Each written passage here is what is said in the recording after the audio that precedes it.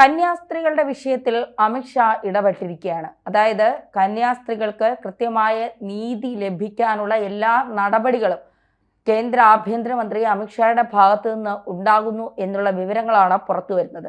സത്യത്തിൽ ഇവിടെ ദുരൂഹമായി അല്ലെങ്കിൽ കുറേ കാര്യങ്ങൾ ദുരൂഹമായും അവ്യക്തമായും നിൽക്കുന്നതിനിടയ്ക്കും BJPയിലെ ആഭ്യന്തരമന്ത്രി ഇക്കാര്യത്തിൽ ഇടപെടുന്നു എന്നുള്ളത് LDFനെയും UDFനെയും വല്ലാതെ ഭയപ്പെടുത്തുന്നുണ്ട് എന്നുള്ള കാര്യം ഉറപ്പാണ്. കാരണം BJP ഭരിക്കുന്ന ഛത്തീസ്ഗഡിൽ കോൺഗ്രസ് കൊണ്ടുവന്ന നിയമത്തെ അട്ടിമറിക്കാൻ കോൺഗ്രസും LDFും ശ്രമിക്കുമ്പോൾ BJP അതിൽ കൃത്യമായ ഇടപെടലുകൾ നടത്തി കോടതിയിൽ കന്യാസ്ത്രീകൾക്കെതിരെ ജാമ്യാപേക്ഷ നൽകുമ്പോൾ അതിൽ വാദവുമായി ഞങ്ങൾ വരില്ല, സർക്കാരിൻ്റെ ഭാഗത്തുനിന്ന് ഒരു പ്രശ്നവും ഉണ്ടാകില്ല എന്നൊക്കെ പറഞ്ഞുകൊണ്ട് അമിത്ഷാ തന്നെ രംഗത്തെത്തുമ്പോൾ അത് വലിയ മാനങ്ങൾ ഉണ്ടാക്കുകയാണ് ഈ വിഷയത്തിൽ എന്നുള്ളത്. ഇതുവരെ BJPക്കെതിരെ അന്തിച്ചർച്ചകൾ നടത്തിയവരും BJPയെ തള്ളിപ്പറഞ്ഞവരും ഛത്തീസ്ഗഡിലെ മുഖ്യമന്ത്രി അടക്കം ഉള്ളവരെ തള്ളിപ്പറഞ്ഞവർക്കുമൊക്കെ ഇനി എന്ത് നിലപാടാണ് സ്വീകരിക്കേണ്ടി വരിക എന്നുള്ളതാണ് നോക്കിക്കാണേണ്ടത്. മാത്രമല്ല ഈ കന്യാസ്ത്രീകൾ സത്യം മുഴുവൻ കൃത്യമായി വെളിപ്പെടുത്തിയിട്ടുണ്ട്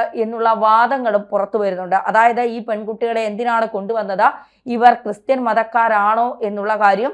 മാത്രമല്ല ഇതിനു മുൻപേയും ഇത്തരം മനുഷ്യക്കടത്തുകളും നിർബന്ധിത മതം മാറ്റവും നടന്നിട്ടുണ്ട് അടക്കമുള്ള കാര്യങ്ങൾ കന്യാസ്ത്രീകൾ തന്നെ പറഞ്ഞിട്ടുണ്ട് എന്നുള്ള വാദങ്ങൾ പുറത്തു വരുന്നു. അതുമായി ബന്ധപ്പെട്ട് NIA കൃത്യമായ അന്വേഷണം നടത്തും എന്നുള്ള വിവരങ്ങൾ പുറത്തു വരുന്നുണ്ട്. ഇപ്പോൾ പുറത്തു വരുന്ന വിവരങ്ങളുടെ അടിസ്ഥാനത്തിൽ ജാമ്യത്തിന് വിചാരണ കോടതിയെ വീണ്ടും സമീപിക്കുവാനാണ് ഒരുങ്ങുന്നത്. ജാമ്യാപേക്ഷയെ ഛത്തീസ്ഗഡ് സർക്കാർ എതിർക്കില്ല.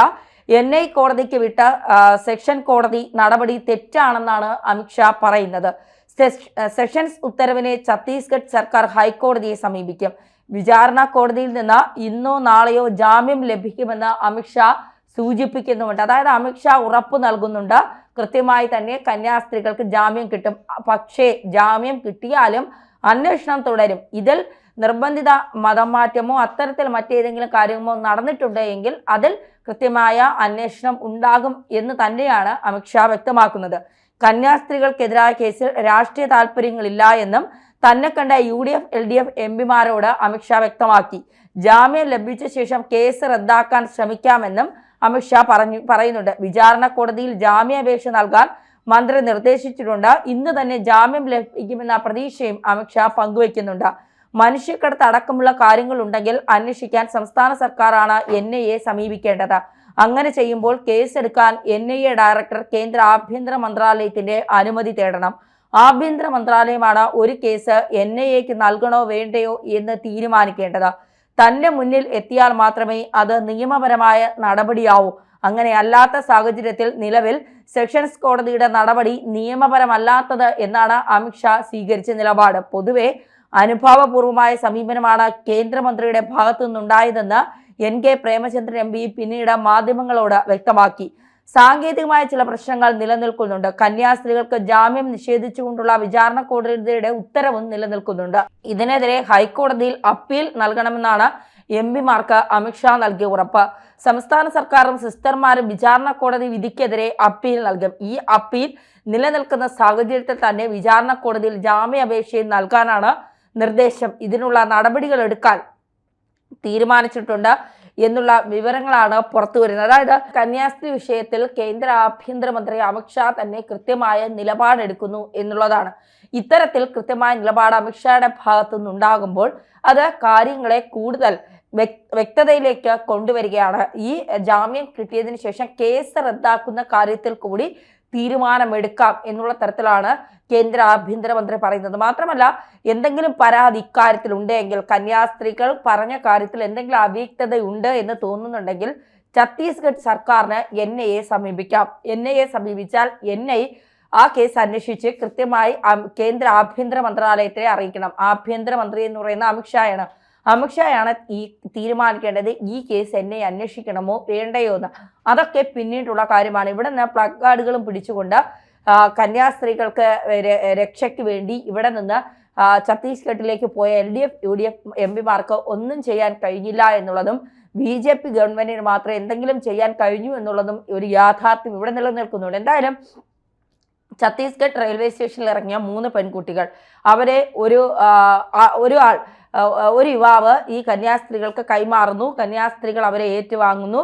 ഇത് ബജ്രംഗ് ദൾ പ്രവർത്തകർ കാണുന്നു. നിർബന്ധിതമായുള്ള മതപരിവർത്തനം അവിടുത്തെ പല നക്സൽ ഏരിയകളിലും നടക്കുന്നതുമായി ബന്ധപ്പെട്ട് അവർ കൃത്യമായ കാര്യങ്ങൾ അന്വേഷിക്കുന്നുണ്ട്.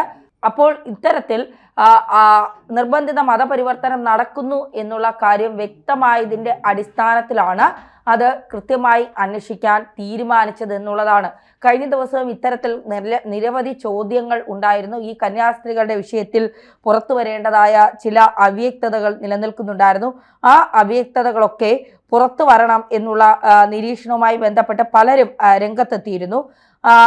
ആ കാര്യങ്ങളിൽ ഇപ്പോൾ ഒരു കൃത്യത വരുന്നുണ്ടോ ഇല്ലയോ എന്നുള്ള കാര്യങ്ങളാണ്. അതായത് ഈ നേരത്തെ മതപരിവർത്തനത്തിന് തയ്യാറാകുന്ന വ്യക്തി മതം മാറുന്നതിന് 60 ദിവസം മുന്നേ മതം മാറുന്നു എന്ന് കാണിക്കുന്ന ഫോം പൂരിപ്പിച്ച് ജില്ലാ മജിസ്ട്രേറ്റിന് സമർപ്പിക്കണം. ജില്ലാ മജിസ്ട്രേറ്റ് അത് പോലീസിന് കൈമാറി മതം മാറാനുള്ള സാഹചര്യം പരിശോധിക്കാൻ ആവശ്യപ്പെടും. പോലീസ് പരിശോധിച്ച് അതിൽ പ്രശ്നമില്ല എന്ന് റിപ്പോർട്ട് കൊടുത്താൽ മാത്രമേ മതം മാറ്റത്തിന് അംഗീകാരം ലഭിക്കൂ. ഈ കന്യാസ്ത്രീകൾക്ക് കൂടെയുള്ള പെൺകുട്ടികളുടെ അത്തരമൊരു അംഗീകാരമുണ്ടോ? ഇല്ല എന്നാണ് ഇതുവരെയുള്ള സംഭവങ്ങൾ തെളിയിക്കുന്നത്. ഉണ്ടായിരുന്നുവെങ്കിൽ അവരപ്പോഴേ അത് സമർപ്പിച്ച വിവാദം അവസാനിപ്പിച്ചേനെ. ഈ മതം മാറുന്ന കാലയളവിൽ ഏതെങ്കിലും ബന്ധുക്കളോ മക്കളോ ദത്തെടുത്ത മക്കളോ ഈ മതം മാറ്റത്തിൽ എതിർപ്പ് പ്രകടിപ്പിച്ചാൽ പോലീസ് കേസെടുത്ത് അന്വേഷണം ആരംഭിക്കും. കുറ്റം തെളിഞ്ഞാൽ 2 കൊല്ലം മുതൽ 10 കൊല്ലം വരെ തടവ് ലഭിക്കും. 5 ലക്ഷം രൂപ വരെ പിഴയും. ഒന്നാമതായി ബസ്തർ, സബ്ജുഗ പോലുള്ള ഗോത്ര ഹിന്ദുക്കൾ അധികമുള്ള പ്രദേശങ്ങളിൽ ക്രൈസ്തവ മിഷണറിമാർക്കെതിരെ വലിയ പ്രതിഷേധമുണ്ടായിട്ടുണ്ട്. പ്രധാനമായും അവരുടെ സ്ഥലങ്ങളിലേക്ക് എത്തുക, അവരുടെ ആചാരങ്ങൾ അനുഷ്ഠാനങ്ങളൊക്കെ കളിയാക്കുക എന്നതാണ് ഈ ക്രിസ്ത്യൻ മിഷണറിമാരുടെ രീതി. അങ്ങനെ അത്തരം കടന്നുകയറ്റങ്ങൾക്കെതിരെയും മിഷണറിമാരുടെ സ്വാധീനം വഴി മതം മാറിയവരുടെ സംവരണ അവകാശങ്ങളും മറ്റും റദ്ദ് ചെയ്ത് ലിസ്റ്റ് ചെയ്യണം എന്നാവശ്യപ്പെട്ട് അവർ കാലാകാലങ്ങളായി അവിടുത്തെ ഹിന്ദുക്കൾ പ്രതിഷേധവുമായി രംഗത്തിറങ്ങുന്നുണ്ട്. അത്തരമൊരു നിയമം കൊണ്ടുവരാനാണ് ഛത്തീസ്ഗഡ് ഇപ്പോൾ ശ്രമിക്കുന്നത്. ഈ മതപരിവർത്തന മാഫിയക്കെതിരെ അവിടെയുള്ള മുഴുവൻ ജനങ്ങളും ബോധവാന്മാരാണ്. ബജ്രംഗ് ദളാണ് ഇവരെ പിടിച്ചത്, തടഞ്ഞത് എന്നൊക്കെ വാർത്തയിൽ പറയുമെങ്കിലും പൊതുവെ നടക്കുന്നത് ഒരു മതം മാറ്റൽ പ്രക്രിയയാണ് എന്നുള്ളതാണ് ഏറ്റവും പ്രധാനപ്പെട്ട വിവരമായി പുറത്തു വരുന്നത്. മതപരിവർത്തനം ചെയ്യാൻ ഉദ്ദേശിച്ചു വരുന്നവരെ ഗോത്ര ഹിന്ദുക്കൾ തന്നെ തടയാറാണ് പതിവ്. അവിടെ നിന്നും അവർക്ക് ബലം കിട്ടാനും മറ്റേതെങ്കിലും നേതാവിനെ കൂടെ വിളിക്കും. അത് ബജ്രംഗ് ദളാകാം, വിശ്വ ഹിന്ദു പരിഷത്തുമാകാം, പോലീസുമായി വിഷയം കൈകാര്യം ചെയ്യുന്ന അവരായിരിക്കും. ഒടുവിൽ വാർത്ത വരുമ്പോൾ അത് ഹിന്ദു സംഘടനയിലെ തലയിലുമാകും. കേരളം വിട്ടാൽ ഗോരക്ഷാ സേനയിലൊക്കെ കോൺഗ്രസ്സുകാരും BJPക്കാരും ഒരുമിച്ചൊക്കെ ആയിരിക്കും പ്രവർത്തിക്കുന്നത് പോലും. മലയാളികൾക്ക് പിന്നെ ഇതിലൊരു ധാരണയും ഇല്ലാത്തത് കൊണ്ട് ചുമ്മാ ഇവിടെ കിടന്ന് കൂവുന്നതേ ഉള്ളൂ. ഇതൊരു പോസ്റ്റാണ്. ഛത്തീസ്ഗഡ് സർക്കാർ ചെയ്തത് 110% ശരിയാണ്. കേരളത്തിലെ ക്രൈസ്തവരുടെ വോട്ട് കണ്ട് രാഷ്ട്ര താല്പര്യങ്ങൾ ബലി കൊടുക്കരുത്. സഭകളോ അരമനകളോ വിചാരിച്ചാൽ വോട്ട് വരില്ല. അത് സുരേഷ് ഗോപിയുടെ ജയത്തിൽ നിന്ന് തന്നെ വ്യക്തമാവുന്ന കാര്യമാണ്. ക്രിസ്ത്യാനികൾക്ക് അവരുടെ നിലനിൽപ്പ് ഭീഷണിയിലാണെന്ന് തോന്നിയാൽ അവർ ദേശീയപക്ഷത്തേക്ക് വന്നോളും. അതിനുവേണ്ടി ഹിന്ദുക്കളെ ബലി കൊടുക്കുന്ന സമീപനം നല്ലതല്ല. അത് ചെയ്തില്ല എന്നതിൽ ഛത്തീസ്ഗഡ് സർക്കാരിന് 100% മാർക്ക് നൽകുന്നു എന്നാണ് പുറത്തു വരുന്ന വിവരങ്ങൾ പറയുന്നത്. എന്നാൽ ഇക്കാര്യത്തിൽ അമിത്ഷാ കൂടുതൽ ഇടപെടലുകൾ നടത്തുന്നുണ്ട്. കന്യാസ്ത്രീകൾക്ക് ഉടൻ തന്നെ ജാമ്യം ലഭിക്കുമെന്ന വിവരവുമാണ് പുറത്തു വരുന്നത്.